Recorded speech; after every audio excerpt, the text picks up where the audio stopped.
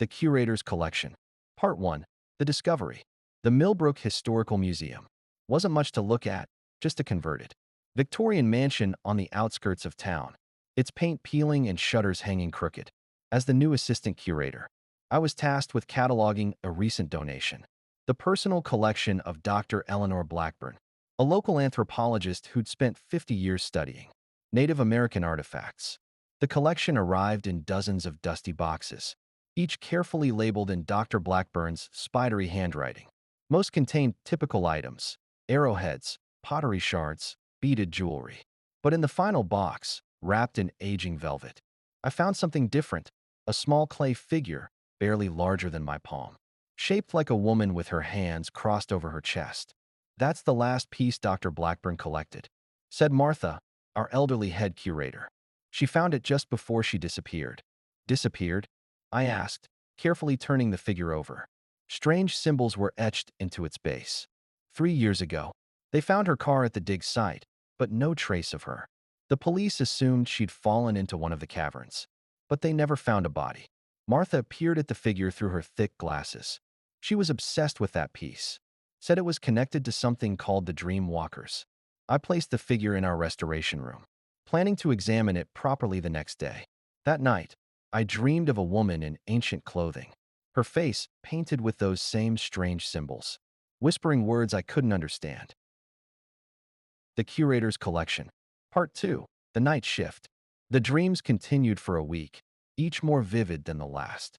I started staying late at the museum, researching the figure's origins. The symbols matched no known Native American language, and the clay's composition was unlike anything local to the area. One evening, as sunset painted the museum windows blood red, I noticed something odd about the figure. It felt warm to the touch, despite sitting in our climate-controlled room all day. As I held it, the symbols began to glow with a faint, bluish light. The security system chose that moment to fail, plunging the museum into darkness. Emergency lights cast sickly green shadows across the display cases. In their glow, I could have sworn the figure's head had turned slightly, its blank eyes now staring directly at me. My phone rang, making me jump. It was Martha. "Whatever you do, don't let go of the figure," she said, her voice trembling. "I should have told you sooner. It's not just an artifact, it's a key." "A key to what?" "The space between sleeping and waking. Dr. Blackburn found out too late. They're coming now. They know you've activated it." The line went dead. In the silence, I heard footsteps in the hallway, light, barefoot steps approaching the restoration room. The Curator's Collection.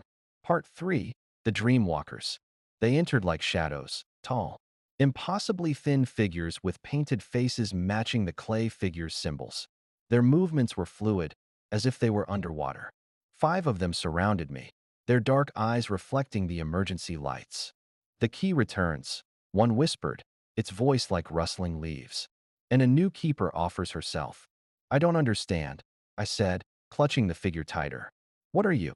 "We are the guardians of the dream paths," another answered. "The spaces between worlds that humans glimpse in sleep. Each generation, we choose a keeper to maintain the boundary. Your predecessor grew too curious, ventured too far." An image flashed in my mind: Dr. Blackburn, walking the dream paths, seeing too much, slipping into a space from which there was no return. "The choice is yours," the first dreamwalker said. "Become the keeper, guard the key, maintain the boundary, or join your predecessor in the spaces between."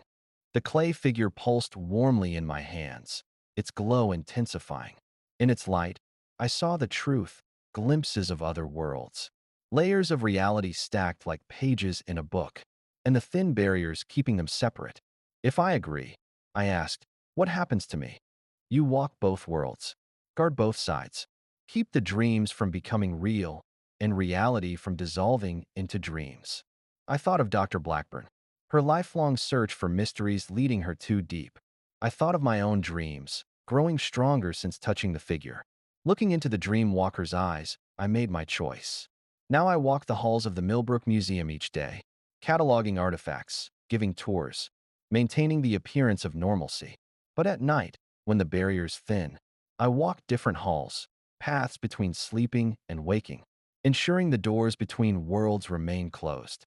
The clay figure sits in its display case, seemingly ordinary to visitors' eyes. Sometimes children stop and stare at it, as if sensing its true nature. I watch them carefully, looking for signs. After all, the dream walkers told me that one day, I too would need to choose a successor. Until then, I guard the boundaries, keeper of the key, walker of dreams. And if you visit our small museum and see a curator with strange symbols painted in shifting patterns on her skin, don't look too closely. Some doors are better left closed, and some dreams are better left unwalked. The end.